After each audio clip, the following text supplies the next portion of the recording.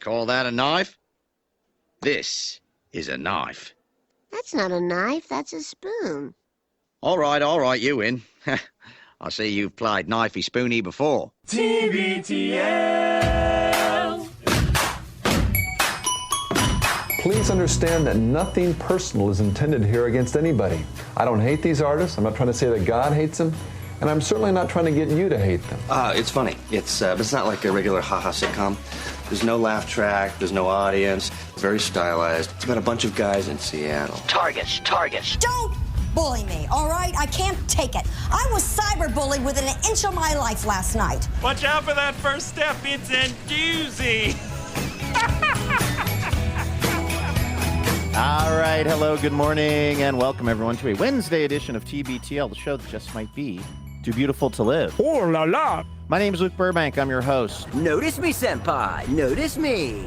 Coming to you from the Madrona Hill studio, perched high above the mighty Columbia, where we may touch 100 today. It's going to be very hot. It's going to be very uncomfortable for everybody. We are going to be absolutely testing the limits of what the mini split that me and Walt Burbank put in the house, because it is going to be very warm today. Luckily, it's still early.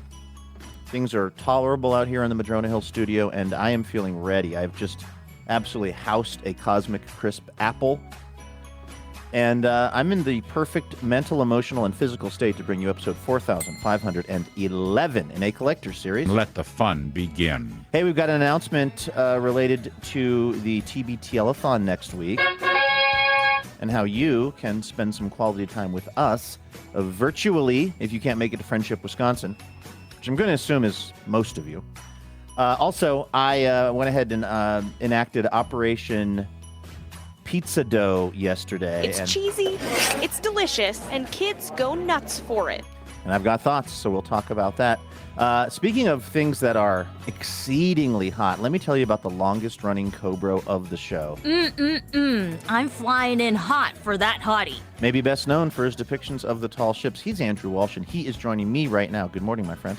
Good morning. Sorry if I mooned you on the camera. Right? I did actually see that. Yeah, as you were introducing me, I had to pick something up off the floor. I saw something shiny, and I was like, I didn't know if it was debris or what. It was a little fragment of carpet. I had to throw that away. Or what? You know that I have to have my mind in a clean, ready to podcast space before I can do this. Yes, so we're 100%. Do you have central air at your house? What do you do on these days when it gets to almost 100 degrees? I sploot. Mm-hmm. I just sploot in the middle of the floor. You know what it means. It's like when cats will sploot. Remember the splooting... Do you remember the splooting squirrel phenomenon of, like, 2019? I swear we talked about it on this show. There were, like, squirrels splooting. They, like, spread... We thought they were dying, right? But they were just trying to basically radiate the heat out of their body? I think so, yeah. It's like when you lay... Or were they actually dying? No, I don't think they were dying. I just feel like I've never heard the word sploot. I think I learned it on the sexual way. I think I learned.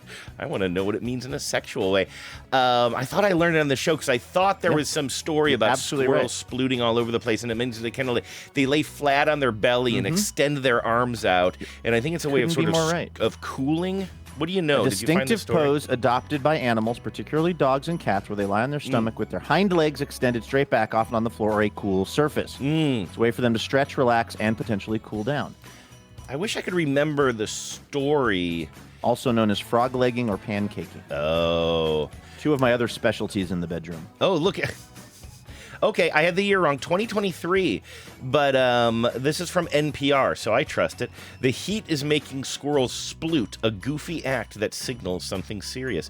I believe you and I were on the sploot beat way back in 2023, but we were different people. So then. You're saying that I, at one time, knew and maybe even uttered the word sploot, and it is whiffed out of my brain to the degree that when you just said it, it felt like completely new information to me. Not that animals do this, but that it's called splooting. Well, now that you put it that way, I know that sometimes when this stuff happens, you start to then question your brain and you start to feel gaslit, and I don't want to do that. So I will say there is a chance that I did this on another show or something, but I don't see me doing it on any other platform except for TBTL in 2023. By the process of elimination. It wasn't the cleaning podcast. It probably wasn't Seattle Now. It probably wasn't Seattle Now because it's not. I'll tell you what, if this was happening in Seattle, it might have been, but this seems to be a national story. Although I can't imagine how a TBTL story about splooting would go. What would we say? The squirrels are splooting, and then that's it? Right. That's the part that it seems like there isn't enough to talk about. Although that's never stopped us before. It seems like there's not a lot to say other than, man, those squirrels are trying to get the heat out of their body. Oh, wait. No. Hold on. September 2022, right. Episode number 3768. I'm proud of this one, and you should be too. Stop where my squirrel will sploot. Okay, that's good. That's pretty good. Anyway, yes. All right, so it happened. Yeah. So I guess we it had happened. the discussion. Yeah. Obviously, because you wouldn't have put sploot in the title of the show unless it was mentioned during the broadcast, meaning this is not the first time I've heard that word, and yet it was new to me, Andrew. In fact, it felt new to me. Yeah, because we linked in the. This is back when I was a young man who linked to articles and show descriptions. Apparently, It says we discussed the death of Queen Elizabeth. And by the way, I'd like to point out this is 2022. We were on this story a year before NPR, for whatever it's worth. The only way they know Stop biting my rhyme, Martin Costi. Okay, this is it. He's on my list, by the way. That guy He has been for years and years. Blood feud. The beef is known. Yeah. So apparently, it's real. And it continues. Apparently on this show, we discussed the death of Queen Elizabeth, the only way we know how, by getting every fact about the monarchy and British history wrong. Plus, if you see a splooting squirrel, just leave it alone. And then that leads to an that part I did SFK. remember. Because people were thinking that the squirrels were like in medical distress and or had like died or something. That's the part of the story I remember it was kind of an explainer on what's happening with the squirrels when they're doing that. Do you know about the lizards that when it gets cold in places like Miami, they're up in the trees, but then it gets cold and they sort of like their bodies shut down and they fall and you can wake up on a cold. I know this from listening to the Le Batard show. People can wake up on a certain day and just see tons of what look like dead lizards all over the ground, but they're actually just sort of like their bodies are shut down. And there was some ball player, I don't remember who it was, who was new to Miami and apparently like collected a bunch of them in his yard and buried them because he thought they were dead and he thought it was the right thing to do. Yeah, gets pretty dark. As I was saying that, I was like, maybe the I irony left of that trying out. to be kind to these, trying to respect these lizards, and you respected them right to death. Yes. Anyway, there you go. Speaking of Miami ball players, did you watch the All-Star game last night? No, I didn't, Luke. I didn't get to see any of it. You know, Vives and I were recording until, I'm going to say, I don't know, it was like 7 o'clock. It was some time. Basically, we got done recording, and I had a decision to make. Am I going to try to turn on the All-Star game right now and maybe catch like the last 3 innings? And if it was a Mariners game, I would have done that. But there was something about like, I don't know, there's the narrative. Like I like watching stuff like that because of the narrative online and everybody blue skiing and talking and chatting and everything. And I didn't feel like watching the last few innings and like catching up on all that. Does that make sense? So I was just like, you know what? Sure. I'm just not going to dip in at all. It also doesn't matter in terms of the playoff race or anything like that. And if the Mariners have already, the Mariners that were in the All-Star game have already had their appearance, it's sort of like, what are you really watching it for? It actually ended up being a weirdly exciting game. I kind of got that impression from people's chatter. Also, what's this talk about beef? There's something really going down between that awful LA Doger Kershaw and Cal Raleigh. Oh, really? First of all, I get some of these pitchers with ER names confused. I have it right. Clayton Kershaw, he's the he's the one who put the Bible verse on his Pride hat during Pride Week as a protest. Nice. And I Good guess stuff. he was mic'd up during the game, and I don't know if he struck out or I think actually Cal Raleigh maybe lined out or something. I was trying to catch up on this story. And going into the dugout, Kershaw is saying, "Suck it, Cal Raleigh, suck it." Do you catch any of this? He's like creating I'm real just beef. catching up on it right now. Let's see, on Yahoo Sports. By the way, they're still doing that. Good for you, Yahoo. Still John doing Boy, sports?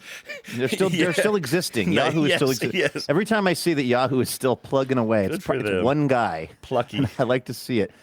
Let's see, the soundbite captured on Kershaw's hot mic as he returned to the dugout where he shouted, "Suck it, big dumper." Oh, yeah, a playful jab at Raleigh that immediately lit up social media. I think he was messing with him. I think it was sarcasm. I don't think it was... Maybe, but he's saying it behind the back. He's not saying it to his face. He's saying it to his teammates.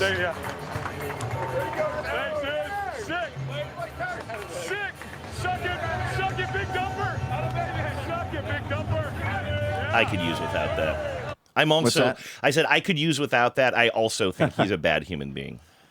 Well, yeah. I mean, I think that I didn't know about the pride hat thing. It's like unnecessary. Clayton, calm down. I was surprised that he was... Whatever, now it's getting baseball-y. I didn't... Much like Yahoo, I didn't know Clayton Kershaw was still a thing. Most people don't. He's terrible. Let alone starting the All-Star game. You know what I mean? Like, I thought that guy's... I feel like he's in our age cohort. I don't know if he's that old, but he is old, and I mean, listen, now I'm shooting from the hip, and we're going to, I know we have Dodgers fans in the audience who will correct me on, just baseball fans in the audience who will correct me on a lot of things I get wrong here. I'm pretty sure that he's been bad, certainly this season, and I think last season, because he's the guy who used to always collapse in the playoffs, right? But he would be good during the regular season, and I think he's having a bad season this time. And people were like, "Why is he even an All-Star?" It was like one of those charity vote. Yeah, kind of like one of those Lifetime Achievement Award things at the Oscars or something. That's just the vibe I was picking up on. I don't know how much of that I got right. Well, it was a fun game because the American League was losing by a lot, like 6-0, and then managed to come back and tie it in the 9th inning. And they don't play extra innings now in the All-Star game. They have yet another, it's like a mini home run derby. Oh, that's fun. And Randy Arozarena is in it. Okay, so they did this. They had the mini home run derby. I'd heard something about it going long or extra innings or something. I didn't know they did this. That's fun. Did you enjoy that? I did. It didn't go our way, but it was actually very fun. This is how real baseball games should end. Yeah. Is that like soccer? Is that kind of closer to what happens in soccer? It's closer, really? Yeah, because you'll get into penalty kicks in soccer where, you get a guy gets to kick it from the penalty line or whatever they call it, no defense, and then the keeper has to try to stop it, which is an almost impossible task. So when they do it, it's just like a phenomenal moment of sports. But yeah, it was just a fun little All-Star game where I don't think Cal Raleigh got to do very much interesting other than get yelled at by Clayton Kershaw. Yeah. But yeah, Randy Arozarena did he got 3 swings. Everybody gets 3 swings. So the manager picks 3 players at random. I love that. And then those players each get 3 swings, and there's 3 rounds, and whichever team has the most home runs at the end whatever league has the most home runs at the end of the 3 rounds, that's who wins. And Kyle Schwarber, the American League was leading, and the National League needed essentially a miracle. They needed Kyle Schwarber to hit 3 home runs on 3 swings, and he did. Wow, really? Is he with and the it didn't even make me Nationals mad. This doing is that actually, right? you know what? Honestly, this was kind of great because I didn't really care about the outcome. Of course, I wanted the American League to win a little bit. I mostly wanted the Mariners to do well. Because if they are glorified, then as a fan, it somehow redounds to me, and I need that in my life. But I didn't care enough to where, when Kyle Schwarber hit his 3rd home run, he went down to one knee to get the ball, and you could just tell right away when he hit it that it was the home run. I was kind of laughing. I was like, that's pretty awesome. Yeah, that's how I feel. Yeah, that's kind of how I felt during the home run derby. We talked a little bit about this. You had asked me about a controversy during the home run derby on the show yesterday, and we were talking about how Cal ended up getting the pick over somebody who had hit the same number of home runs to move on to the next round because he had beat them by a 1/10 of a foot. I kind of didn't realize that fans of other teams really sort of felt... It was the first time I've ever heard people talking about a team that I root for in the context of Major League Baseball just wanted this guy to win it, and so they kind of nudged Cal Raleigh. Sure, And you hear famously, once again, MLB put its thumb on the scale of Seattle Mariners' Seattle success. Sports, right? But how many times have you even at least in the heat of a moment entertained something like that? Well, of course, the NFL wants the new LA Rams to not LA Rams. I only entertain it LA with Chargers. a handful of teams, Andrew, and it is the New York Yankees, the Boston Red Sox, the Los Angeles Dodgers, the Kansas City Chiefs, the New England Patriots. I think that's where the list ends. What about the Los Angeles Lakers, the New York Knickerbockers.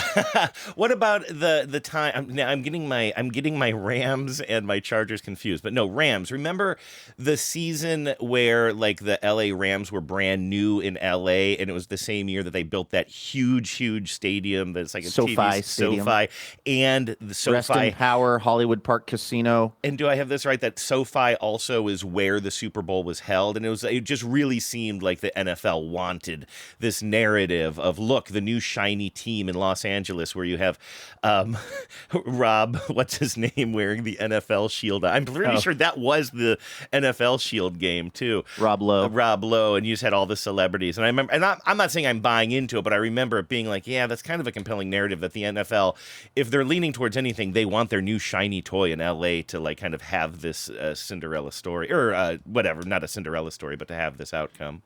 I do feel like I have a sense memory that the SoFi Super Bowl year was also COVID.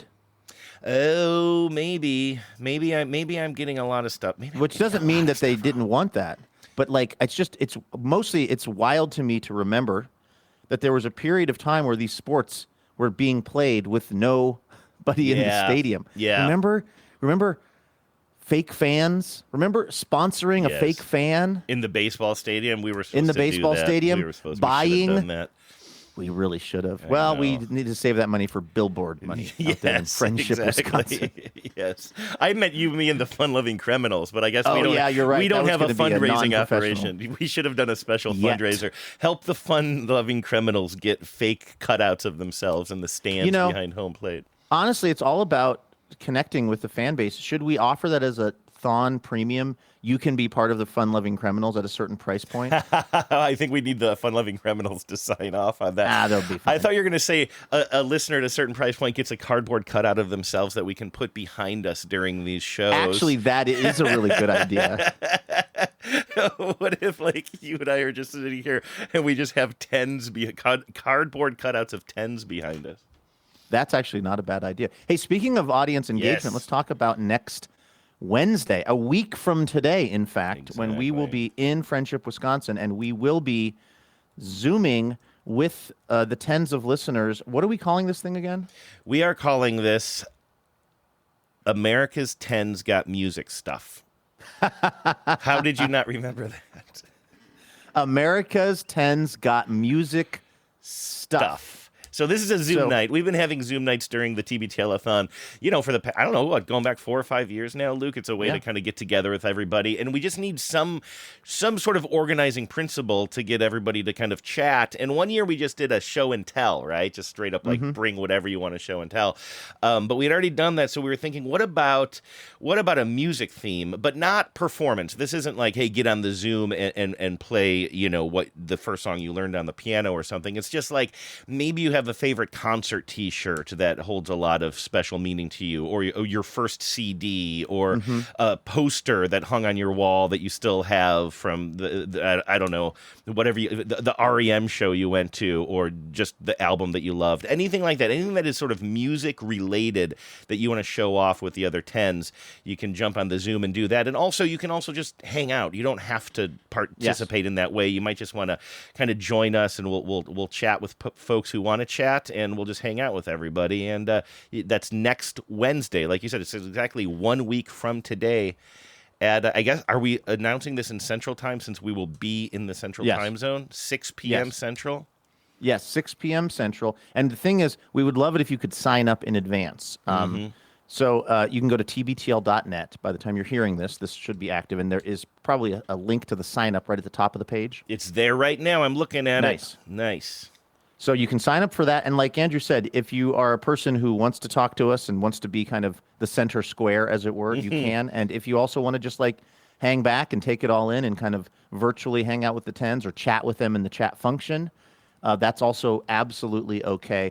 And this, by the way, is not a totally random idea for the Zoom. This will actually kind of tie into some larger stuff going on with the Thon that we will be explaining next week when all is revealed. Exactly. So it'll all make sense once we get into the kind of theme of this year's Thon and kind of what what the thank you gifts are and stuff like that. So, you know, if you were participating and folks didn't already kind of know about this, you have the perfect thing to show and tell music related. You have your John Prine tattoo. You're looking over your shoulder at like what is your John Prine tattoo would be the perfect music related thing to show off. That's a really good point. Yeah.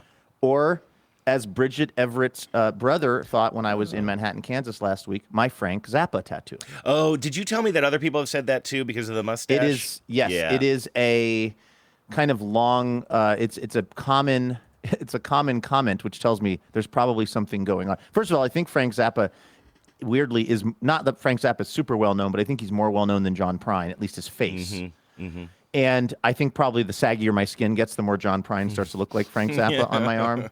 And I walk in, we were filming at this little cafe in Manhattan, Kansas, and I walk in, and one of her brothers just looks at me and he goes, "Where's Dweezil and Moon Unit?" Oh, his kids, right? Yeah, but I had no idea what he was talking about. What does that mean out of the blue? Yes. And I had just taken an hour and a half Uber from Topeka, Kansas. Yeah. And, it's like kind of a lot going on. There's all these lights set up. Other people are just trying to have breakfast. It's a whole thing. And he goes, "Where's Dweezil and Moon Unit?" And I go, I left him in the car. I left the car on. The AC is on. They're fine. And you didn't even really know what you were responding to. You were just sort of trying to play along, right? I was just trying to play along. Yeah, smart. And then later he said something like your Frank Zappa tattoo. And I was like, oh no, it's John Prine. Mm-hmm, but yeah, that did he know who John Prine was? He did, because I think Bridget Everett is a big John Prine fan. It's actually weird because Howard Stern is really getting into John Prine right now. It's very interesting to listen to his journey on that show with a guy who I have obviously a big love for. It must feel the way that it feels for our listeners when you and I get into something that they're into. Mm-hmm. When I went through my big Joan Osborne phase. Precisely. What if God were one of us? Just a stranger on the bus. Uh-huh. Do you ever sing that on the E-line? No, not out loud, but I will say that is a song. That is I don't know if I sing. I don't know if it pops in my head specifically when I'm on the bus, because I'm on the bus a lot. But that is one of those weird songs for, every generation will have song like it's a one-hit wonder sort of, but it also kind of stands out and sort of I don't want to besmirch it. I think I kind of liked the song when it was out, but I don't know. It was such an earnest song during such a sarcastic time or whatever. And so I just, don't you think that a lot of people our age always sort of have that at the ready in the back of their head? What if God was one of us? Like almost anybody could sing the chorus of that, right? Our age. I think you're right. And I think probably for the reasons you're describing, like it is actually a catchy song, but it also had this kind of faux profundity or just regular profundity in a time when a lot of other stuff was kind of going more sarcasmo.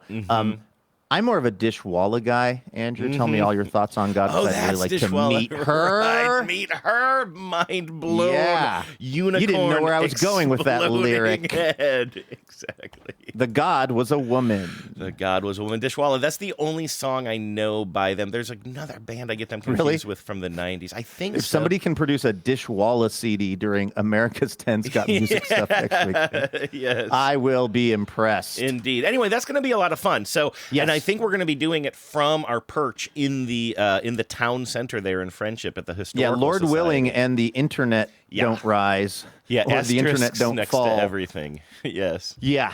Like just Monday morning when we jump on the air, and I hope all of you will be able to be following along at on YouTube, and you can go to tbtl.net next week. We're going to be streaming the show live. We're going to be taking phone calls. If you at I don't know, what time are we going to be jumping on? Is it when are we doing the show? Actually, have we established that? Yeah, we have, and I think we're doing it noon Central. So we're going to be doing it at noon our time. Yeah, gotcha. So 10 a.m. West Coast, noon Central, 2 p.m. East Coast. That seems good for everybody. I like that. That's kind of mid-range for everybody. But the plan is to stream these shows live on YouTube and take your phone calls.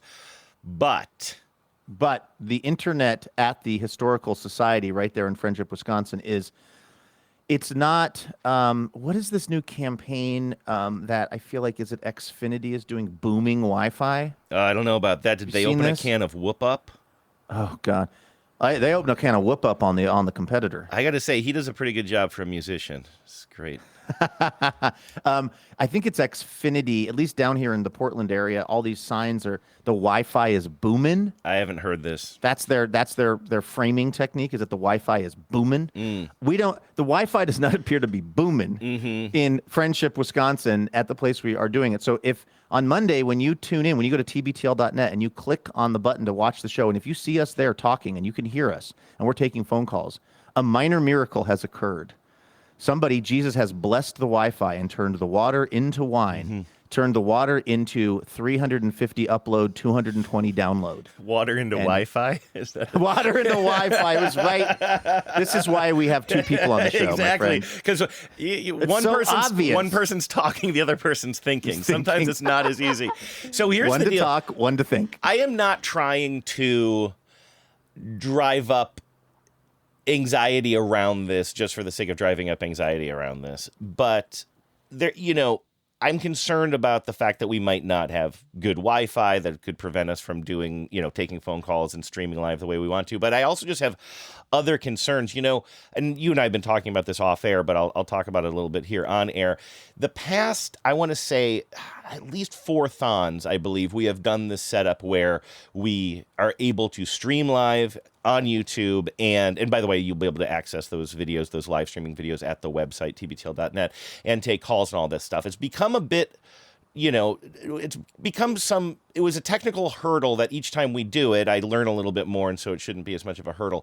The one thing that's sort of like got me anxious this time is this is the only time we've done this setup where I've had to fly somewhere and set it up. And so the equipment, like I keep on thinking about the audio chain, and just like if I make one mistake in the equipment that I bring, usually what I would do is we finish up our last regular show here on Friday and I tear apart my studio, but it all basically comes with me. So I know exactly what I need because it's all going in a box.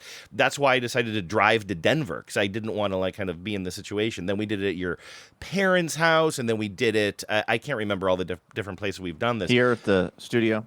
That's right. And so this time what I did was I had to take a box and sort of think through, like, okay, what are some of the things I'll be needing? And I already shipped that off to John on Saturday. I don't think I've ever been so nervous shipping something. I shipped a full audio board. I bought some new cables, just various things that I'm not already using to keep this show on the air now. And I shipped that off to John, but that's maybe half the equipment. And then when we get done with the show here on Friday, I got to wrap up the other half of the equipment. And then we're going to arrive in Friendship, the evening before we're supposed to go live and get this all set up. And there's one moment that I told you, like, really scared the hell out of me. I was getting ready to ship this box to John, and I have my old audio board in a special box that it fits in, and I'm putting that into the bigger box. And then a little voice said, "Does that board have power? Can that board power up?" A small, still voice, as we used to say in the church. Still voice. This was not a still voice. It was screaming at me. It was screaming at me like a small, demon. screaming voice. It was a small, deep demon voice. But it was like, does that have a power cable? Because I had wrapped that thing up a while back, and I pulled it out, and I'm like, there was a very real chance I could have been in the situation Sunday night, unwrapping everything. Everything is ready to go, except we don't have power to the one board that sort of like powers everything, right? Rules them all. And I was like, okay, you remember in Arrested Development when Lucille Bluth thinks she's beating the hell out of her son because he's under the covers? The other one. And then it turns out he wasn't actually under the covers, and she says, well, that one was a freebie. All of that is to say, like, I was like, that one was a freebie. I remembered, like, that small demonic voice in my head said, don't forget the power cable, so I remembered it. But what other things am I forgetting? Maybe this demon voice isn't reminding me of everything. So I'm trying to emotionally prepare myself for, like, our first podcast being like you, me, and John leaning over your iPhone and just recording a long voice memo that we post to the internet later. So we have that as an option. We need your grace. Yeah, there will definitely be a podcast in the feed on Monday. The plan is to do a live show with call-in, but this is me working the refs. This is me setting expectations, Luke. We still have some things to work out. We will absolutely release some form of a podcast on Monday. So know that. But yeah, everything else is a little bit of a question mark right now, including Wednesday night. We will. Our plan is to do it. We were going to get people signing up. We're very excited about it. It's going to be fun.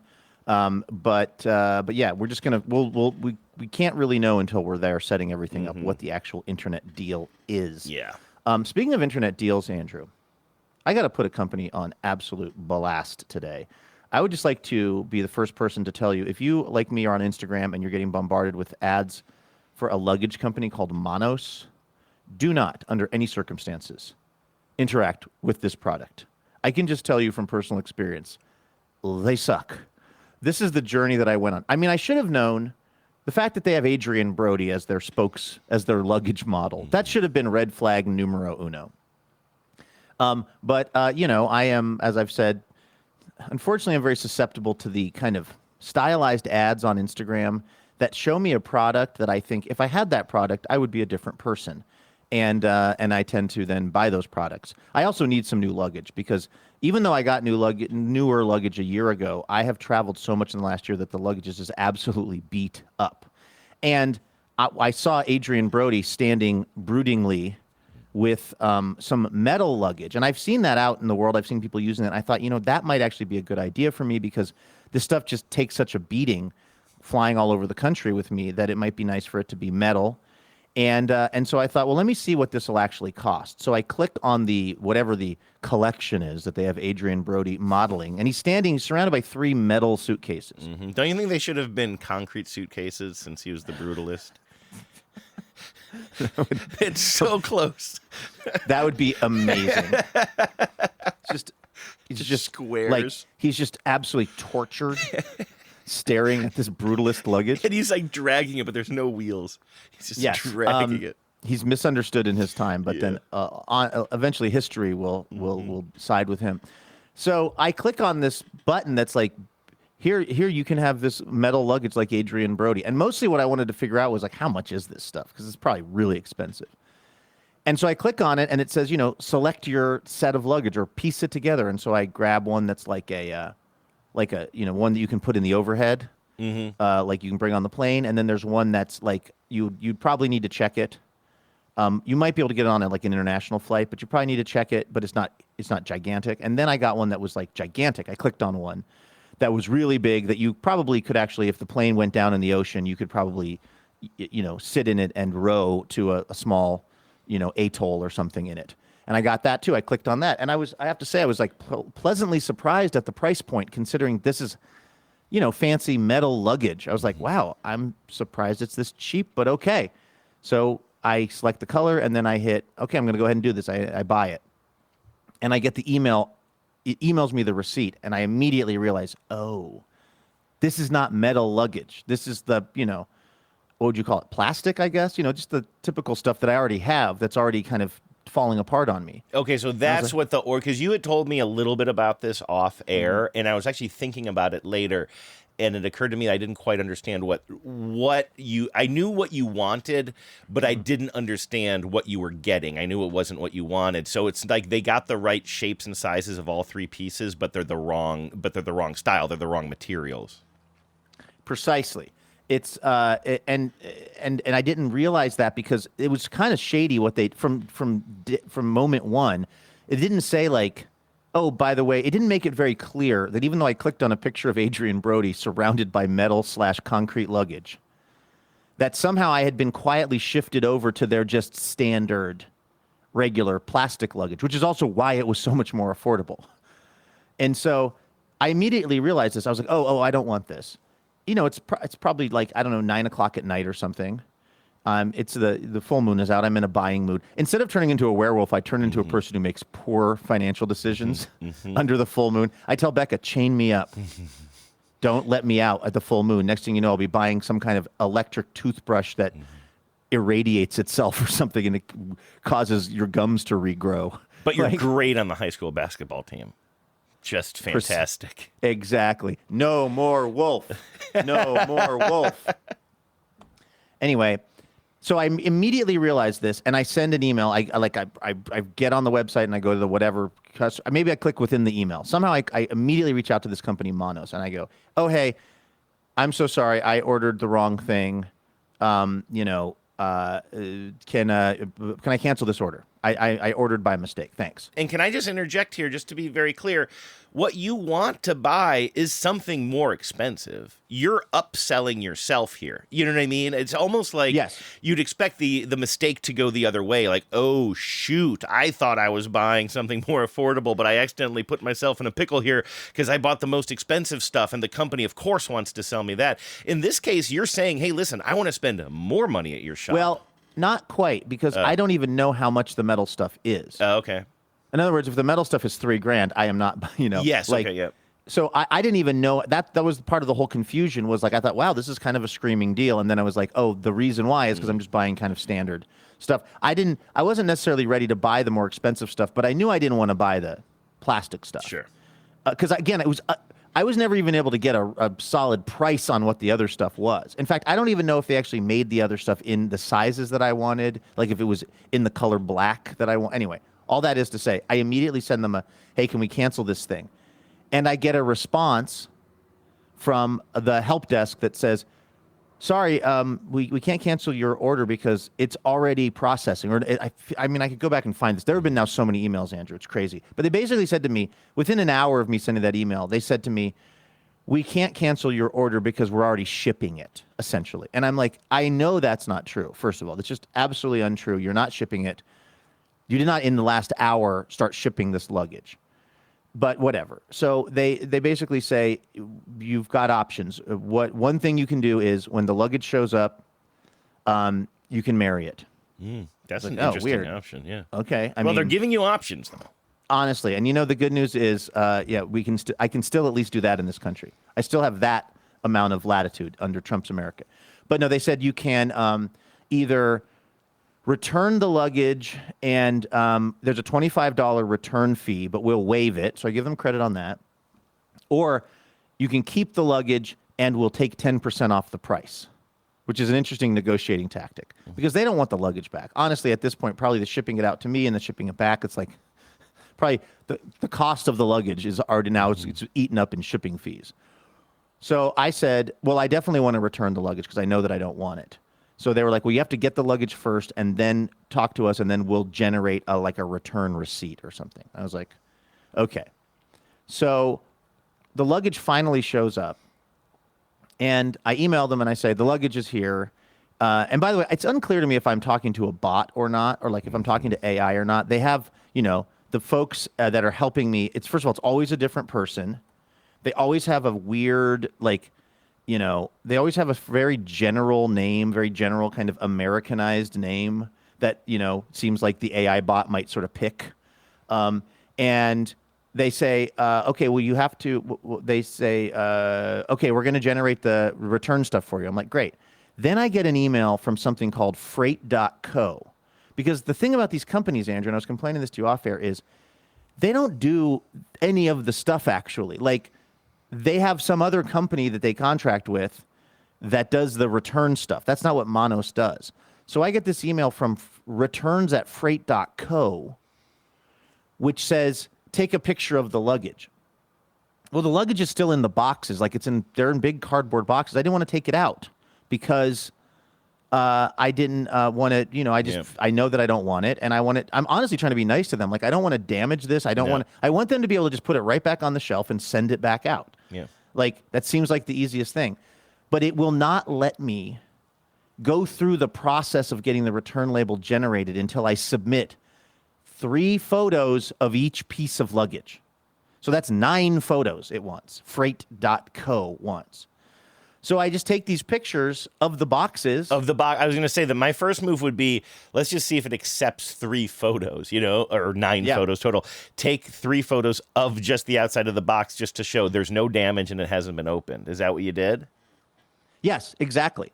So I take pictures of each box from 3 different angles, and I upload them, and it accepts them. And then I get another email, like 2 days go by. Oh, by the way, another thing is, there's a window of time in which I can return this stuff at no cost to me. There's a point at which I'm stuck with it. And that's also in the back of my mind because, I do not want to be stuck with this luggage now. So, and every time I send something to them, it takes 2 days for them to respond. And it's a different possible bot person. I've still never heard from anyone at freight.co. Freight.co appears to just be some sort of a, I don't know, like a, go between. What's the word I'm looking for? Some kind of golem, like out of cavalier and clay. Okay. It's just this kind of, it's just this thing that like absorbs returns but does not speak. Mm-hmm. So like, I get a note from Mono saying that you need to resubmit your photos. But it won't tell me why I need to resubmit my photos. It just says you need to resubmit your photos. And now I'm getting kind of hot because this is now probably the 10th email that I've had to send to these people that should have just hit cancel. They should have hit the cancel button an hour after I mistakenly ordered this stuff. I've got this luggage at my house that I didn't even want, and I knew I didn't want it, and I told them I didn't want it. They didn't have to put it on a boat and then a truck and then bring it here to the Madrona Hills Studio. They didn't have to do any of that stuff. And now they're taking 2 days in between like responses. So they're like, you need to resubmit the photos. And I send an email that's kind of hot, and I said, look, the photo, I don't know, why do I need to resubmit the photos? What's wrong with the photos? I go, if it's because they're the photos of the boxes, it's because the stuff is still in the box. I don't want it, and I didn't need to open it to prove to myself I don't want it. So I send this off. 2 days later, I get a response from a guy that says, okay, I guess we'll accept the returns, although it looks to me like the tape is broken on one of the boxes. You got to be shitting me. I shit you not, my friend.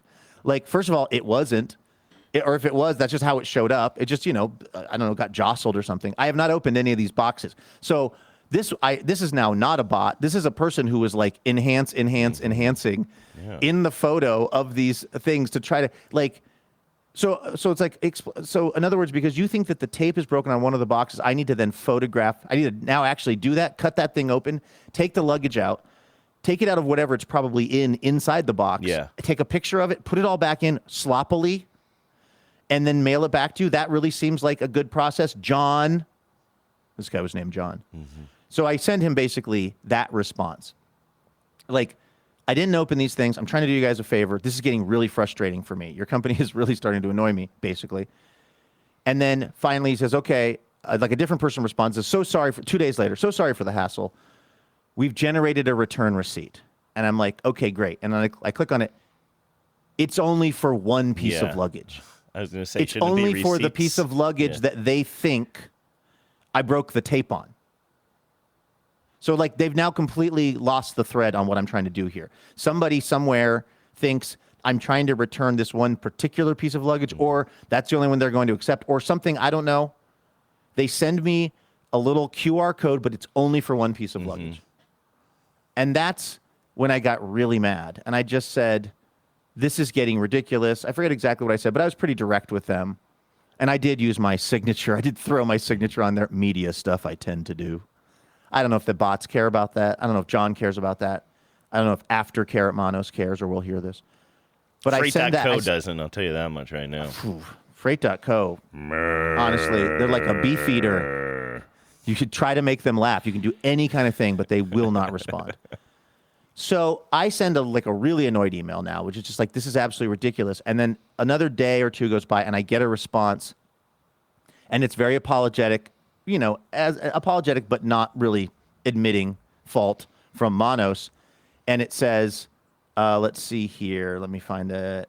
And again, what happens is when Monos says, hey, we've generated your label, they're not generating my label. I then get an email from this other company, Freight.co. Thank you so much for your patience. This is from John. I appreciate you giving us the opportunity to make this right for you. Blah, blah, blah. And then he says, we've now, because I said the return thing is only for one piece of luggage. They send me, he says, we fixed it. We've sent you the label for all three. I get an email from returns@freight.co. Guess what, Andrew? There's nothing in the body of the email. There's nothing. It is a blank email. Your return items are ready to ship. And I've checked it on my phone, on this laptop, on my indoor laptop. I have looked at it through the web app of my email address as opposed to the Outlook sort of system. The returns at freight.co just for some reason generated an email that there's no content. And what I did was I just emailed John back and I said, please listen to tbtl.net tomorrow. That was literally the response. Did you seriously? I really wish absolutely did. I said, we have a new listener, and you didn't tell me that at the beginning of the show. I would have been doing. We'd like to welcome new listener John, who may or may not be a bot. John, we're gonna have John donating during the 2020, if not this one, the 2026 TBTL-a-thon. John, we're gonna win you over. That would be a plot twist that I am so ready for. I literally just said, "This is absolutely ridiculous. Tune into tbtl.net tomorrow." I don't think anyone from that company is going to do it. They probably think I've lost my mind. But I just want to tell everyone, do not buy anything from this company. They are the absolute worst. Or I guess, don't buy anything that you might ever possibly need to return to them. I guess if you really, if you know you're ordering the Adrienne Brody collection and you're good with that, and you don't expect you don't want to interact with this company at all ever going forward, then maybe go for it. But other than that, I cannot highly enough recommend that you don't buy stuff from these people, based on personal experience. I think I may end up having. When you said listen to TBTL.net tomorrow, did you say there? You stated at some point the last email you sent me has nothing in it, right? Yes. You said that, and then have they? Did you say, are you giving up here? I'm going to read you. Are you giving up here and just saying, like, I'm not even going to follow up anymore? Or are you saying, resend me the labels again, you doofus, and listen to the show because I'm going to put you on. I'm going to tell you, I'm going to read exactly what I wrote. So first of all, I took a screen cap of the blank email to prove that it has there's no content. And I said, this email doesn't load. I've tried it on multiple devices. Please tune into www.tbtl.net tomorrow to find out. Nothing puts the fear of God in people like the .net. Oh my God! Right now they're like .net. Oh, he's got a .net. Guy's got a .net. He's coming. Oh no, he's got a Zoom event coming up. Do we think this guy? Is it possible he has an S corp? John, please join us for the Zoom on Wednesday. I honestly, John, think do you have any music stuff? Does John got music stuff? Maybe. So what you have right now is a failure to communicate, obviously. Yeah, in the most literal sense. You have 3 pieces of luggage, right? One that is not, you would not be able to carry on. One that is like a carry-on wheelie bag, as I call them, that you can put on the overhead. And one that is even smaller than that, that's more like a personal item, sort of. You could stick it under the seat. No, the smallest one would be the put it in the overhead. It would be, and then the medium one is, depending on the kind of plane you're on, you might have to check it, you might be able to bring it on. Yeah. And then the big one. Would you say the smallest one is about the size of the bags you and I got from Away back in the day? I mean, I'm guessing, because I haven't opened it. But I might just buy. Here's what I'm getting at: if you can't get rid of them and you have to sell them, I'll buy the small one probably, because I could probably use an update on my Away bag. I mean, you could mark it up a little bit if you want. I mean, no, I would mark it down. I'd give you the friend. I'd give you the friend price. I was sort of considering at some point, like, is this ridiculous? I'm not going to do this yet, but I was considering just trying to actually contest it with my credit card company.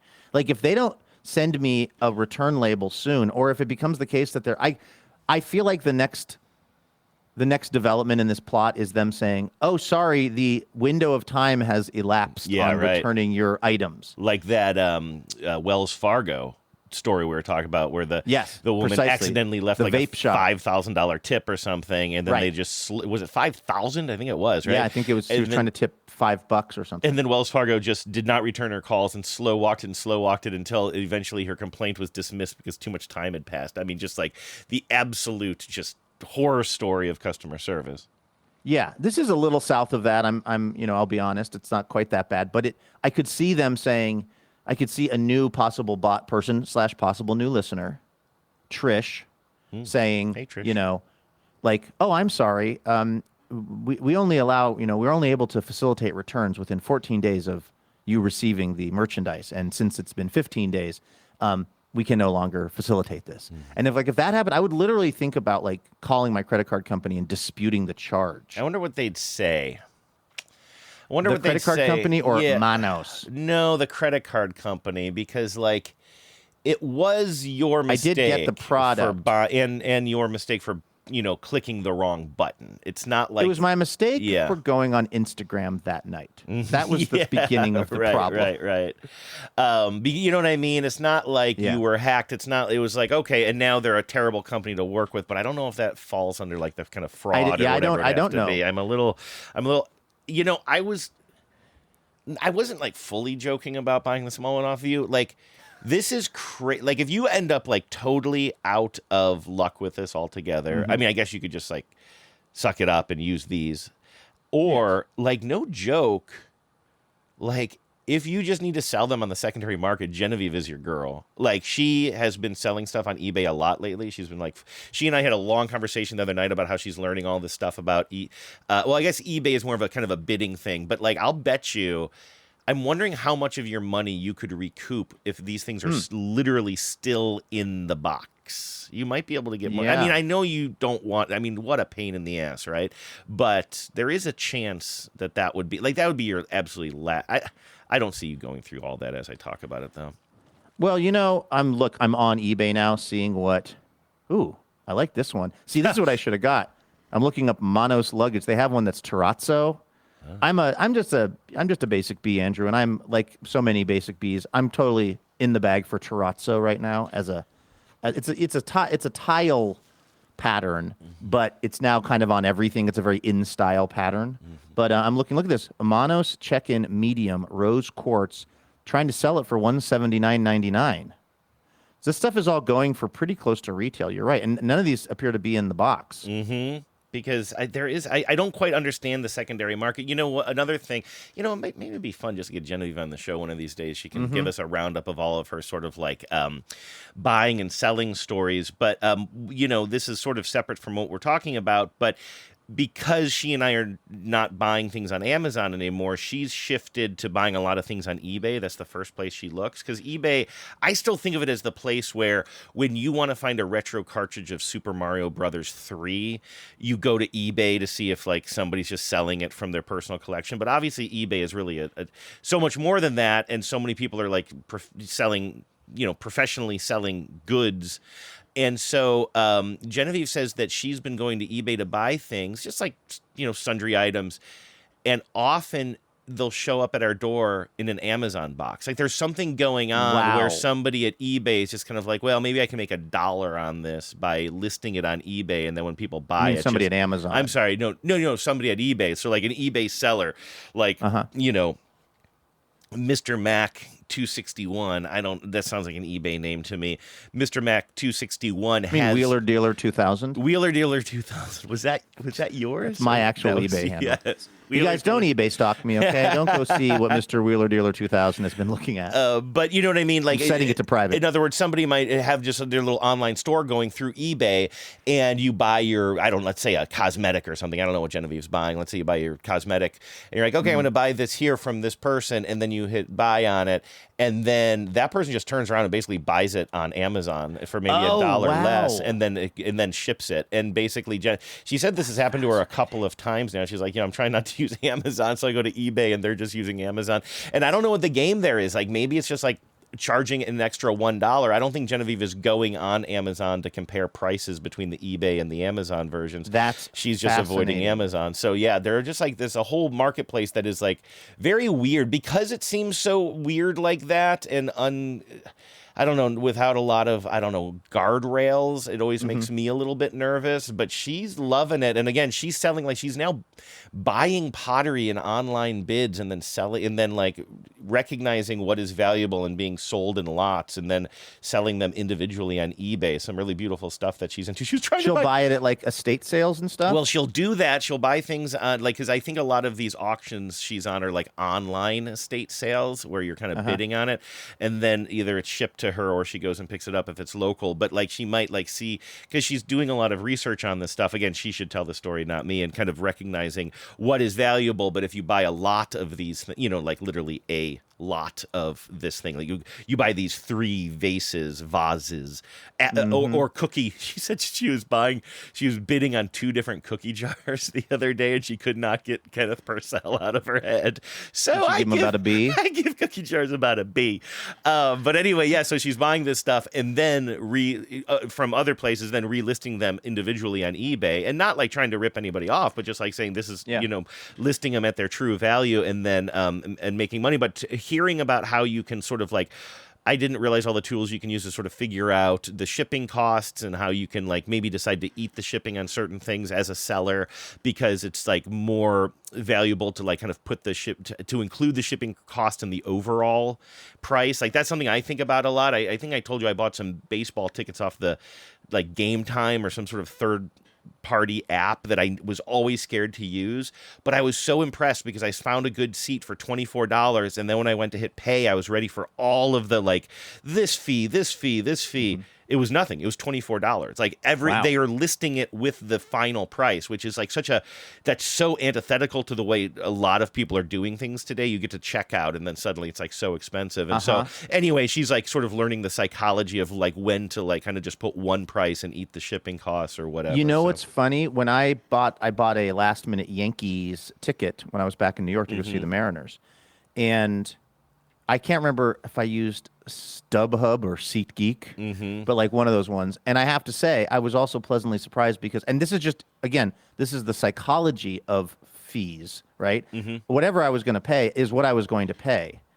But they basically the number that was quoted me was the final number. Yeah. So whatever was I paid, I think I paid $25 or something. I think these were supposed to be like, I think the tickets ended up being about half. The ticket I had was about half of what it would have been because I was buying it an hour before the game. Yeah. But same thing. It was like they were like, "This is," and they even had a little footnote. There was like, "This includes all taxes and fees." Isn't that great? And it's just there's just something about that, and it's funny because they could have listed the ticket for $13. And I've been like, holy smokes. And then I buy it, and then it goes up to $25.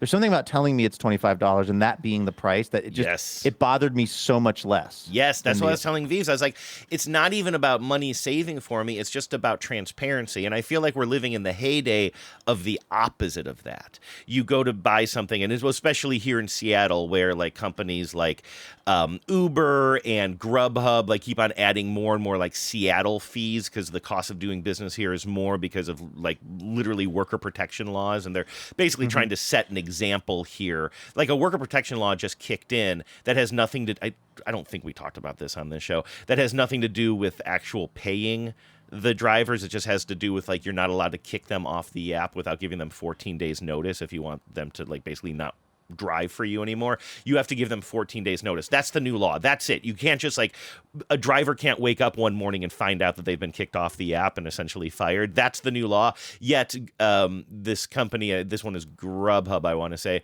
No, you know what? It's probably DoorDash. My apologies. It doesn't matter. But they're like adding another like fee for that. And what they're doing is they're just trying to tell other cities, don't pass these laws because we will punish your economy as well.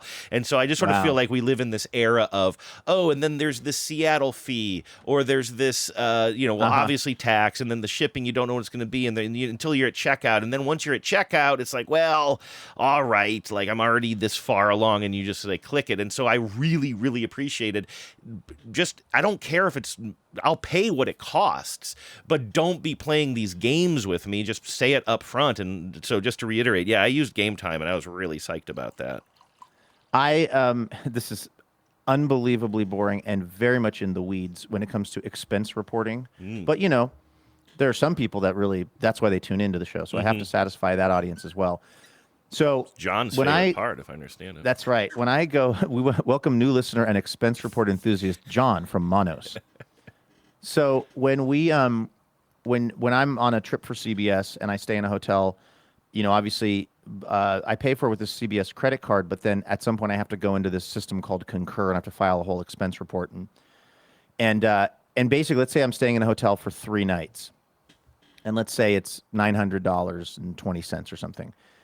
What I normally do, I have to basically, it's called itemizing, but what you have to basically do is just say like, I was in the hotel for 3 nights, and you have to input a number that gets for each night that gets you up to the total cost, so $920 or something, right? So I put $200 in for one night, and then it's deducting. It goes, now you still have $700, and I put $350 in for the next night and $350 in for the final night, and that brings me, or whatever, you know what I mean? I just need to make sure that the number that I put in for each of the nights, when you add them all together, it's the total for the amount that was charged on the card for staying there. Now, in fact, those numbers are broken out into all kinds of really esoteric small taxes. Yes, I remember that. From APM, we had... Go ahead. Sorry, I'm sorry. Yeah, like 415 state whatever, and then the county tax, and then the entertainment district. Yep. And for years, I have not done any of that. I've just gone like, it's $900. I put in $300 a night. I hit send, and then somebody somewhere approves it, and it goes through. They appear to have changed. I don't know if this is because we're trying to, I don't know what, like tighten up as we merge with Skydance or something. I'm talking about Paramount here. But I got this email back from somebody who double checks these things, who said basically, no, you have to go in and list every single night individually based on the actual room charge and then all of the taxes. And there's little boxes. There are sometimes not enough boxes for the number of taxes. Yes, I've been there. Because I feel like we went through the same thing at APM where it was like, well, you just take that number and you divide it by the number of nights, and you could do that. And I remember at some point the system rejecting that. Like, I swear I went on the same journey. It was like, you could just do it, sort of fudge the numbers, but just as long as it all adds up, it doesn't matter. And then at some point, using the same system, Concur, it would just like kick it back to you, or it wouldn't let you advance on until you filled out like through, because there, like you said, there's this tax, this tax, and like you had to fill out all of those individual boxes before it would let you advance or like submit that part of the report. Well, I had somehow tricked it, or we just had a more chill bro system where you didn't have to do all of that. You didn't have to fill those boxes, and you could get away with just putting a number in the overall, like Monday night was X amount and Tuesday night was X amount total. And I've been doing that for years. And now there's a new sheriff in town, Christine, who's like, you have to put all of these things in exactly where they're supposed to be. And if you could have seen me huffing and puffing and stomping around my house, Andrew, like a 5-year-old who was told that whose iPad has been taken away. I was so mad. I was like, I already hate doing this. This is already like a significant part of my week. This is hours of my week every week just to do these expenses. And now I got to get in there with the like entertainment district assessment of $5.04. It's just like, ugh. Yes. All that is to say, you're right. There are a lot of fees. There are a lot of fees. So anyway, I don't know, man. I'm picturing you. First of all, I'm picturing Joe Vs The Volcano in a lot of different ways here because that's one of those movies where a suitcase plays a big role, right? Exactly. And there's a scene where he goes shopping. Of course, he's a man who lived modestly, but as part of this whole like sort of scheme of getting him to feel like he's actually dying and he's going to sacrifice himself to the island gods. Do you know the plot of Joe vs. Volcano? I know. As I'm saying it out loud, I sound like a raving lunatic. I saw Joe vs. The Volcano with Peter and Dahlia Williams at the Oak Tree Cinema, my friend. And much like Splooting, I remember almost nothing from it except there is a volcano and there's luggage. Yeah, so can I just try to do my best here, because otherwise, and then I'm going to play a piece of tape from you, which is the opposite of the luggage experience that you've been having. Joe is a downtrodden fella played by Tom Hanks, and everything is very bleak in his life, especially his job. And he goes in this job, and Dan Hedaya, this is going to take forever. Oh, right. Do we play audio of this, or you just talk about it a lot? I talk about it a lot because you have Dan Hedaya just saying, he's on the phone just saying, I know he can get the job, but can he do the... I'm not arguing that with you. And it's just Dan Hedayaing out for, I don't even know. Let me see. Yeah, Harry, but can he do the job? I know he can get the job. But can he do the job? I'm not arguing that with you. I'm not arguing that with you. Harry, I am not arguing that with you. That goes on for a while. You can hear the buzzing In of our the lights. You can hear the buzzing of the lights. You like scenes in movies where white guys yell. Yeah, where white guys yell, exactly. So Tom Hanks, and he's also a hypochondriac, okay? Tom Hanks is. And he's like, he's got this, he doesn't like his job. He just drags himself through life. He always thinks he's getting sick or whatever. And then he goes into a doctor's appointment one day, and the doctor tells him that he's got something called brain cloud, and that it's terminal, and there's nothing that he can do about brain cloud. And he's really bummed by this news, and he goes back to his bleak little apartment. And then I believe, and this is where things are going to get a little bit fuzzy, I believe a stranger shows up, though, and says, hey, I'm a rich man, and I have a deal for you. There's this island. I think things are going to get a little insensitive here, culturally speaking. There's an island where a bunch of natives live, and I don't understand what the actual business deal here is, but the natives believe that once every so many years, somebody has to be sacrificed to the gods by having them jump into the volcano. It has to be done, I think, voluntarily. And for some reason, this stranger has a business interest in this. So he says, listen, the doctor tells me you have brain cloud anyway, so why don't I just make the last few months of your life amazing by dumping all this money on you, and you go on this great shopping spree or whatever, but then it all culminates with you traveling to this island and jumping into this volcano. And so he says, written by why John not? Patrick Shanley, by the way. Who is that? He's a Tony Award-winning playwright who also wrote Moonstruck. Moonstruck is one of my favorite movies. You're a Shanley head. You didn't even know it. I didn't even know that. I love Moonstruck so much. You want to know the plot of that? Anyway, so all of that is to say that, and then it turns out the whole thing is a scam, right? At the last minute, Joe realizes he doesn't have brain cloud. He meets Meg Ryan as 3 different characters. I believe Meg Ryan plays all of or most of the female characters in this movie, which I just thought was amazing at the time. I don't know how well it holds up. I know some of her characters are very over the top. Her performances are over the top. But anyway, and then they kind of, one of the Meg Ryans and him fall in love, but he's still ready to sacrifice himself. I won't tell you how it ends. But is the doctor a plant? The doctor was a plant. He didn't really have anything called brain cloud. These business interests somehow, paid this doctor to give him this false diagnosis so that he would volunteer for this mission. And when he's shopping, why do they want him to trip, jump into the volcano? I can't imagine these bad businessmen really are like trying to look out for the interests of the folks on the island. No, someone has to jump in. I'm sure it's probably a real estate deal or something. I don't. That's the missing link in my retelling here. And also, I'm probably getting a lot of stuff wrong. I don't know exactly what the interest is in having him do this, but and also I'm trying to think he needs Samuel Grainamore, that's the business dude, makes Joe an unexpected proposition. He needs Bubaru, a mineral essential for manufacturing superconductors. Okay. And these deposits are on the Pacific Island. So although let's see, it's a Barbaro deal. It's another one of those Barbaro deals, Andrew. Right. I'm Michael Barbaro. Daily. Go on. I'm Michael Bubaru. So, explain that. You think I would have a better... Oh, wow. You think I'd have better Barbaro considering how much Barbaro we play on this show? You don't need to hone it. You have a whole... Don't you have a whole audio board of that? Well, I do. I am interested in hearing what's going to happen with your... What is going to happen with your with your volcanoes and with your luggage when he's going on this big shopping spree? He goes into a fancy luggage store, and this is what I'm getting at here. And this guy is so excited to be selling like the top line in many of these like kind of, what would you call them, like trunks almost. Let me see. I have 6. Are you traveling light or heavy? Heavy. Very exciting. And then at one point he says, may you live 1,000 lifetimes. Oh, here, I think this is it here. May you live to be 1,000 years old, sir.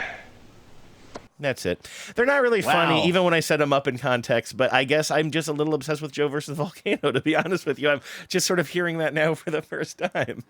Well, you're kind of making me interested in going back and watching the movie, and also on eBay, looking at this luggage, it's kind of making me interested in just keeping the luggage, because I actually like a lot. Yeah, maybe now, you kind of like the I'm plastic. clicking It might not through, be bad. Yeah, I'm because people are trying to sell the luggage that I have sitting here in the room with me in the boxes.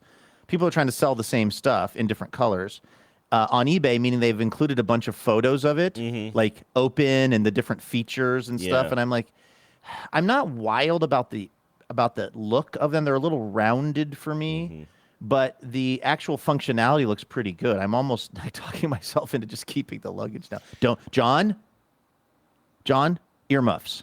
Okay. New listener John from Manos, I don't want you to hear this. I'm thinking about keeping the luggage, Andrew. It might be the easiest thing, and also if it's good and if it's affordable, you know. Well, that's the thing. It was still it's not that affordable for plastic luggage. Yes, it was affordable for Adrienne Brody level luggage, which is what I thought I was getting. Yeah, I was looking. I was on the page. I will say I can't say I'm not throwing you under the bus and then throwing you under the bus. I am confused as to how when I went to that aluminum page and I was looking at them, and when you click on the things from the aluminum page, it does take you to the checkout because I was interested in seeing how much they were and stuff. And by the way, they are expensive. I would not be buying the aluminum this naughty. I am looking at the aluminum check-in medium-sized bag, and I'm guessing it's probably twice as much. Oh, you were making a joke that I talked over. The aluminum naughty. Sorry about that. So I don't know how you ended up clicking on the wrong thing. I will say that because it did take me directly to a checkout for that aluminum bag, and they're clearly labeled aluminum. But I think part of it is I didn't want the silver ones that he has. I wanted black ones. So I clicked on. In fact, God, I can't believe we're litigating this right now. But I'm on the website, and I think the issue was because I'm looking at it, and it all seems very straightforward. Also, it's very expensive. I would not have been buying this stuff.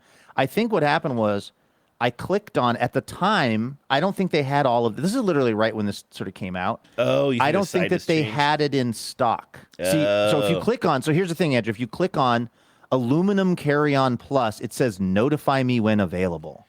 Oh, so somehow in the process, like in black, they didn't have what I wanted in the color I wanted. And somehow in the process of clicking on it, they just sort of like casually referred me over to stuff that they did have in the color I wanted. I see. Okay. And somehow in that little Texas two-step, I got confused. But anyway, regardless. Well, I mean, I'm sort of interested in seeing where this all plays out. Again, the metal stuff is so expensive, and maybe I'm not going to buy the metal stuff. I'm not despite what you've heard, I'm not a guy who buys 7. I'm not Joe who's about to go versus a volcano. Yeah, you're not planning on throwing yourself into a volcano. Unless they have a volcano in the Dells, Wisconsin, like a water park that's volcano-themed, and you do a water slide into a volcano. I would do that maybe. You know, I was thinking about you yesterday because... Thank you. Well, I was, showering. Getting the kind of nice lather up. No, I have a little... Pancaking. Do you call it a... I was splooting... just splooting on the basement floor, just sort of daydreaming about you. That's kind of the end of the story. I was... Would you call them DOP kits? Is that what you call it? The little bag that you would keep your toiletries and stuff in? That was a word I didn't grow up with. We just called them like toiletry bags, I think. But anyway... Like, I have just some, probably bought it at a CVS 25 years ago, just some gray DOP kit bag that when I travel, I throw, a few things in there, toothbrush, deodorant, stuff like that. I don't have, a lot of specialty needs or anything, but I'll throw just your very standard fare in there. And it's also a little bit big, and it's very, very basic. It's like, it's the size of half a loaf of bread or something, and it's very basic. It doesn't have any bells and whistles.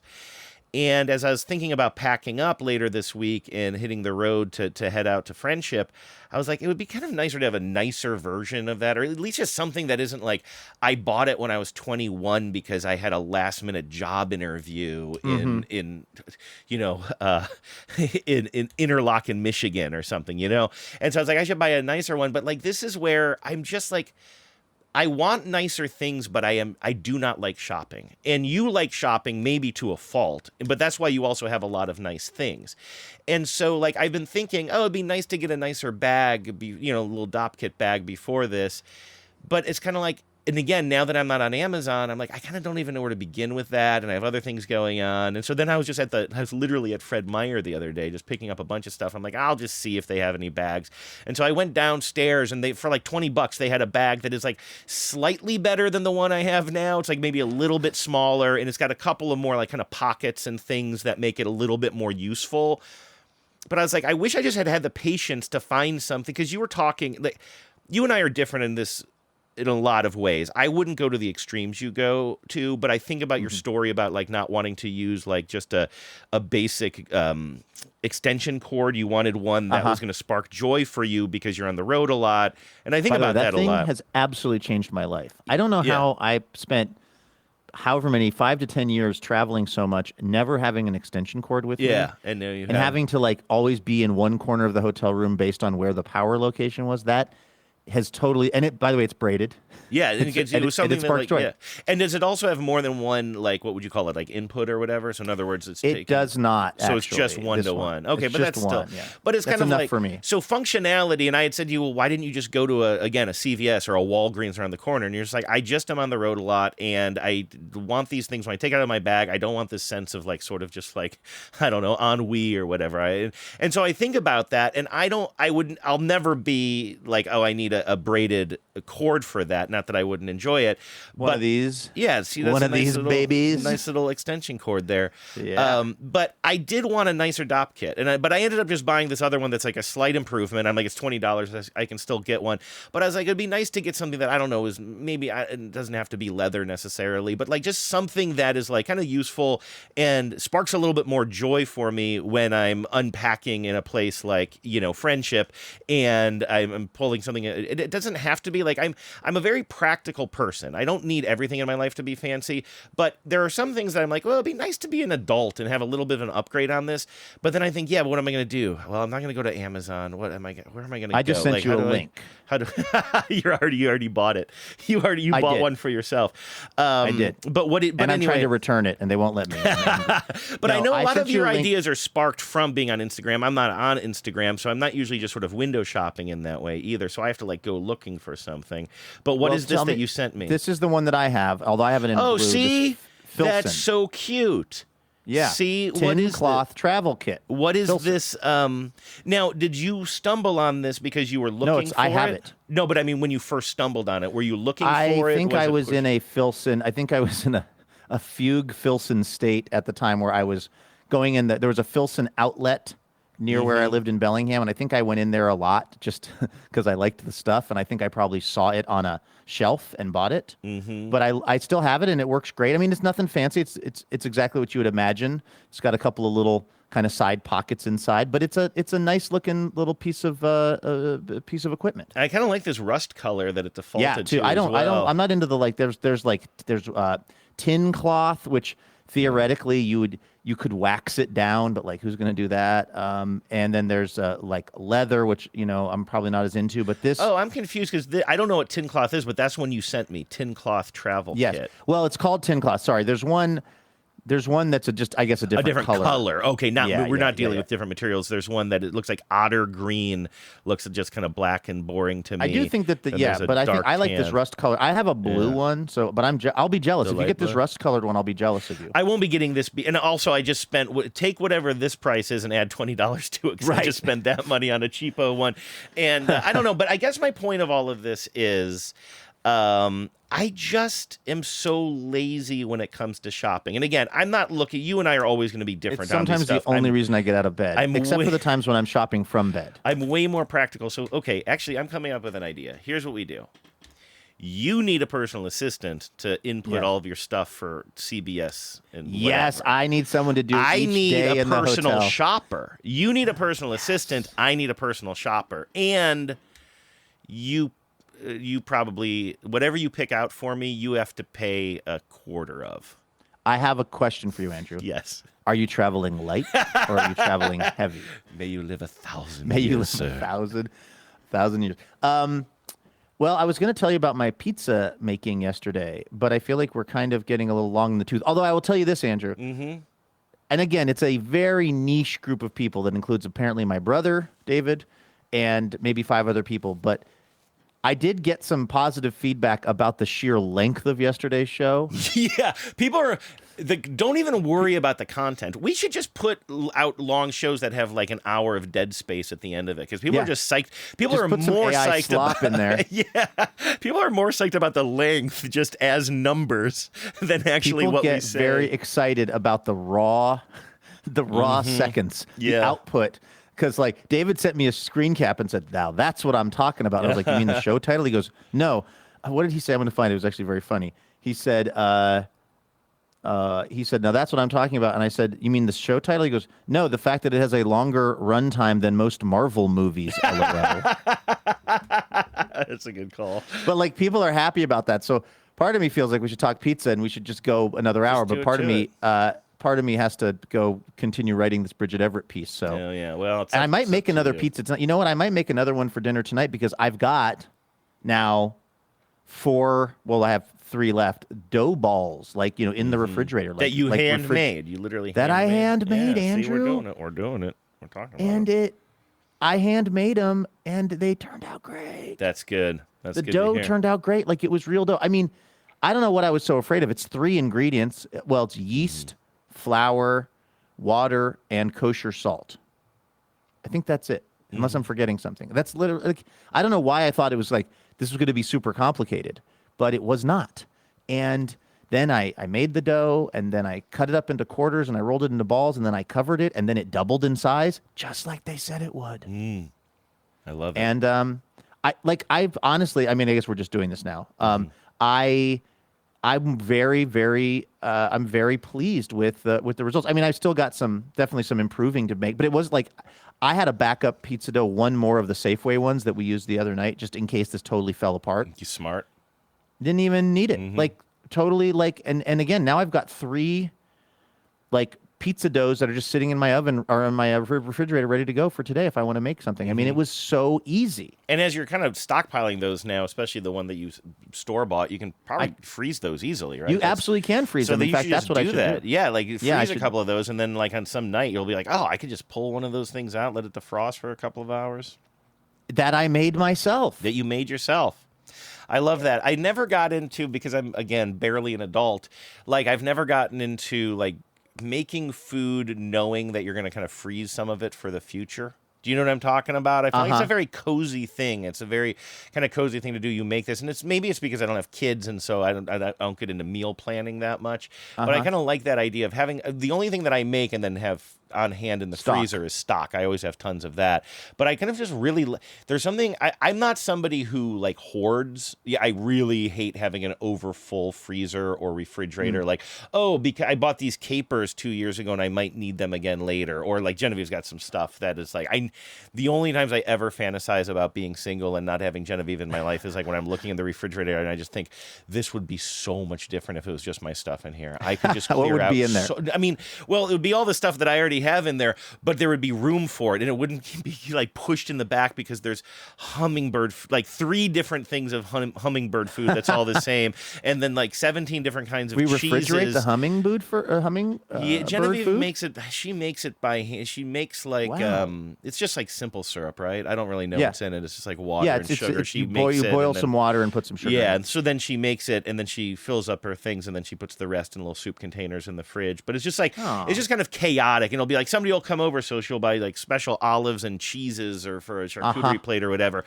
But then the time will pass, and then it's still living in there, and I don't have the authority or autonomy to go in there and make the decisions on that, just to toss it. But I know, like I pulled out. Now I'm just dunking on beefs. I'm sorry, I don't need to do this. This is rude. But I pulled out some yogurt, like plain yogurt. You know, she had like a jug of it in there. I don't really eat yogurt. She had a big thing, a reusable container of plain yogurt. I was looking for some the other day. Things are being knocked over. I just can't get to anything in the fridge. It's just so packed with stuff we don't use. And I look at, that's my one sort of argument is expiration or sell-by dates, right? And I pulled this yogurt out, Luke. This is yogurt. Okay, it's a dairy product. I think you're familiar. Yes, like, I am. You know, like it's curdled, or I don't know how you make yogurt. And it's July 14th. I think this was on Sunday, July 13th or whatever it was. Then I pull this thing out, and I'm like, I look at the date, and I'm like, if this is expired, I can throw it away. And I look at it, and it says best if used by February 2025. This seems like a slam dunk to me, Luke. This doesn't even seem like one I would need to ask about. Was the container, like, had the container sort of ballooned up? The container said hello to me. Okay. So I don't know if that tells you anything. It was like It a said bunch of parquet. tiny. It was a bunch It of had tiny, turned into parquet and it was talking to yeah, you. I was picturing more like a mold, but yeah. No, I mean, I guess it was fine. I didn't open it up. I'm not going to open up any dairy product that says it was best used however many months ago that was, right? 5 months ago. A dairy product that and then again, I wouldn't probably touch it anyway, but I said to Vives, hey, can I throw this away? It was, Best Buy in February. And she's like, no, let me see. She said, let me see it. That's what she was. Let me see it. She's like, no, it's still good. I just had some the other day. I'm going to have some from fruit this week. I'm like, okay, that's your gutty works. I just don't know why we can't. It's becoming more probiotic by the moment. Yeah, maybe it's getting better and better. Why can't we buy smaller things and buy them more often? Why do we have to buy the big containers of things that we don't use enough of, and then it takes up all this space? It is. I love my sweet Genevieve. This is unfair for me to be dunking on her, but we just have very, very, very different approaches to, just like having too much stuff in cupboards and refrigerators. But she also does make a lot more stuff than me. She's a baker, so she, the cupboards, of course. If I lived alone, I wouldn't have tons of space dedicated to all kinds of cake baking stuff, which she might not use it every day, but when somebody has a birthday, she's ready to make a cake, So I want to be fair about it, but that is a huge difference in us. One of my main joys, it's partially an annoyance, but also it's very cathartic, is I've talked about this a lot recently, is like when I get back home, if I've been gone, but my parents have been staying here. Yeah. I will literally just get a garbage bag out. Yes. And just start going around and just tossing shit. Yes. And just like emptying out the fridge of all manner of odd woohoo food, or like a half of an artichoke that, like there's just like, everything that's in there that's weird, and just like toss it into a garbage bag and get it right on out of the house. And there's all this room in the fridge. Yes. I have an entire like level of the fridge that's just soda water cans. Nice. Like it's the water level of the refrigerator. Yep. So anything that is, what's allowed to go on there is soda water, these ginger drinks called suja that I like, non-alcoholic beer. No alcohol can be on this level of the refrigerator for some reason. It has to be hydrating products. I don't know why. There's a different level that has beer. If I have somebody over and they want to have a beer and stuff, that's on the upper above it. But this one level is only hydrating products for some reason. And when it's all full of stuff, like I've taken all of the club sodas out of their boxes and put them away and stacked them and everything, sometimes I'll just stare at it. It just feels sort of good. comforts me. It just comforts me. Everything's in its place. On a really Do you hot want to come day live like here, Andrew? on a really hot day like today, you just open up the refrigerator and you put a lawn chair in front of it and just look at your waters. Honestly, put on my AI glasses and just take pictures of it. That's right. I got to get myself some more popsicles, by the way. Speaking of, do you still have just like a ton of popsicles in your fridge or in your freezer? Because of the weekends of SibFest, I bought a bunch of popsicles. You know what I did that was a big mistake, though? I also bought like a box of like mini drumsticks, like ice cream Yeah, I've things. never had the mini kind, but yeah. I don't really have those. It's not actually that product. It's like it, though. It's something they sold at Costco. I got them because I thought this will be fun. And in fact, people really liked them, but there's a lot left. And I don't usually keep that stuff around. Yeah. But I think I'm going to probably have to just like hammer a couple of those today when it gets to 100. I also am doing an experiment with my hot tub, which is I've turned it down to the lowest temperature that it goes, which is still like 80 degrees, which is probably still going to be too warm. I want to figure out how to turn it into basically a soaking pool today, not a hot tub. How can you just dump a bunch of ice in there? Yeah, that'd probably melt pretty quick. Yeah, I guess that's what I could. If I could get it down, if the problem is, it has to be heating a little bit for the filter to be working. I could just turn the power off, and then it would, stop heating, but it would also stop circulating, It'd just which be might tepid be and weird. Yeah, I don't think you want that. Somebody should make that. It would be cool if they made a hot tub that you could then just turn into like a cold plunge. Yeah. I mean, that would take a lot of time. The thermodynamics of that are complicated, but yeah. But it's going to be. We started the show by me asking, and you answered with a sploot, which then sent us off on a whole other journey. But like, do you guys have central air? How do you keep? No. What do you do on a hot day? Like it's going to be like 100 down here. Yeah, I was looking at the temperature. When you said 100, I knew it was going to be a really hot day. Genevieve mentioned that this morning. She's like, oh, this heat wave starting. It says it's 82 right now, but it looks like it's going to peak in the upper 80s for us. Actually, mid to upper 80s, like 86.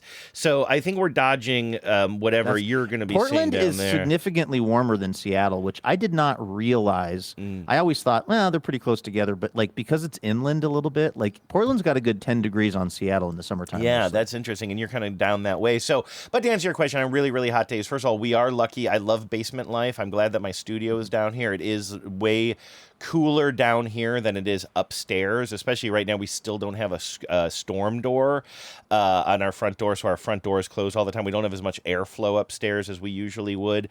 But, you know, we just try to get as much airflow, turn on the fans upstairs, but really I spend as much time in the basement as possible. You can feel the temperature dropping as you walk down the stairs. And then if things get really, really bad, like several years ago when we had that really bad heat wave, that dangerous heat wave. Heat dome. A heat dome. I think me and like my buddy Anita and some other people who belong to the Eagles, maybe Katie joined us too, just went and did work from the Eagles one afternoon. I remember just cranking that too. the AC. Just cranking the AC, yeah. Find a place with air. I think I'm going to have to do the unthinkable today here at the Madrona Hill Cottage, which is actually pull all of the shades down. Oh, yeah, right. I have these sunshades that, I mean, they're very effective actually, but it sort of kills me because I just like staring at the river. Mm-hmm. But I may have to pull those down just to try to keep the temperature in the house from getting to a point where there's no there's no pulling it back. Yeah.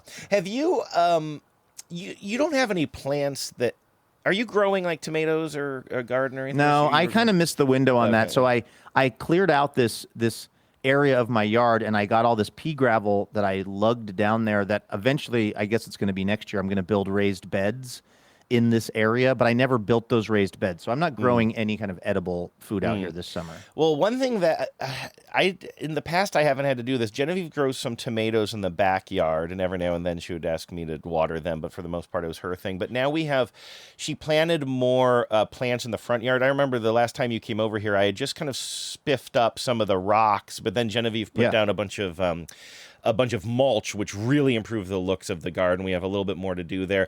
But then she also planted, there was just like this big area where I don't know if we had pulled something out or what, but it was just kind of a big dead part of the garden. And so Genevieve got some ground cover plants. Like they're very small right now, but they'll grow over time. Oh. And also a neighbor gave us a nice strawberry plant that she had given up on, and I'm very invested in that thing being good. And we also have just like some herbs and stuff. And a lot of the stuff you don't have to water, but the tomatoes you certainly have to do, and certainly the strawberries. And I have found a new happiness in my life. It's amazing how the things that I hated doing as a kid, because they were so annoying, because my parents were like, go water the garden. I'm like, it's so boring. I just want to watch Hogan's Heroes on Channel 19. I'm out here watering. I know nothing. Now, I mean, the thing that just brings me the most joy in life is mixing myself a gin and tonic, a little Tanqueray and tonic with extra lime, go outside, the ice cubes clinking in my glass in one hand, with my other hand just watering these strawberries. You got your drinking hand and your watering hand. Yeah, that's right. And I just water the strawberries and the tomatoes, and I'm just like, I sent Genevieve a text when she was out of town. I'm like, can you overwater tomatoes? Because I just want to do this all day long. My star jasmine is beautiful. That's right. You got that thing going. I'm so happy right now, Andrew. I'm looking at it through the other window. I thought that I had somehow killed these things in the transplantation process or whatever, even though I knew sleep, creep, leap. I knew they were supposed to kind of sleep for a while, but they are all but one of them, and I assume he's just a slowpoke. They all have bursted out in brand new green leaves. Beautiful. There are no like, actual jasmine plants on there yet, but they're all looking super healthy. And like, I think my plan is going to work, because the idea is we put up this big trellis on the house for this stuff to kind of like entangle itself on and then become kind of like a sort of I don't know what you call it, almost wall art or something of plants. And it looks like it's working. The plants are thriving now. And every time I walk by them, and by the way, they're supposed to be drought tolerant. You're not supposed to water them a ton, but I love watering them so much that I come up with excuses. Right. Because I have a hose that I had put in on the corner of the studio that I can it's on one of those retractors, one of those reels. So I walk it down to my star jasmine. I put it on soaker mode on the thing. I just kind of stand there and soak them till a little water comes out from under the planter. And I'm just like, it's it's the closest thing I do to parenting anymore. It's so satisfying, isn't it? And especially because for me, I'm always doing this at the end of a day, right? It's like the sun isn't down, it's not dark, but you know what I mean? It's like early evening, but your responsibilities are done, and you're just out there like kind of, and you think, oh, these plants have just been baking in the direct sun all day and they're really thirsty right now. And so now it's time to like, and it's just like, I don't know, man. It's so satisfying. And again, I don't know how the show got so young. Me with my my at-home heart pressure monitor and my watering of the garden. Somebody has to fill the Ed Hume void in local Seattle radio when it comes to gardening talk, and we are those people. So, do I look like I know what a JPEG is? That's one of your best impressions. That and your Dan Hedaya. Those are your two best impressions. I know I can get the job. All right. Thanks for listening, everybody. We are going to be right back here tomorrow. Oh, my God, Andrew. I don't want to wind you up, but tomorrow's Thursday. I know. And then the day that comes after that is Friday. And then the day that comes after that is Sunday. I got it all written down somewhere. Yeah. No, I mean, luckily, I think it's going to be great. It's going to be good. It's going to be a fun time. It's going to be really good. What is the worst that could happen? Actually, don't answer that. All right, everybody. Thanks for listening. We will see you tomorrow. In the meantime, have a great Wednesday. Stay cool. And please remember, no mountain too tall. And good luck to all.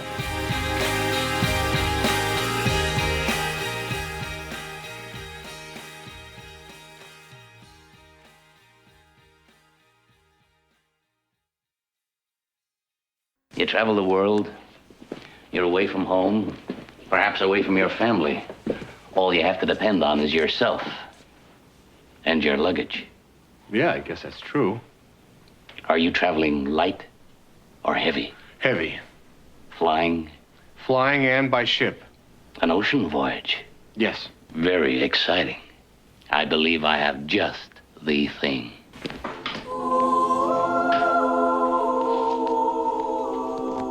Wow! This is our premier steamer trunk. All handmade.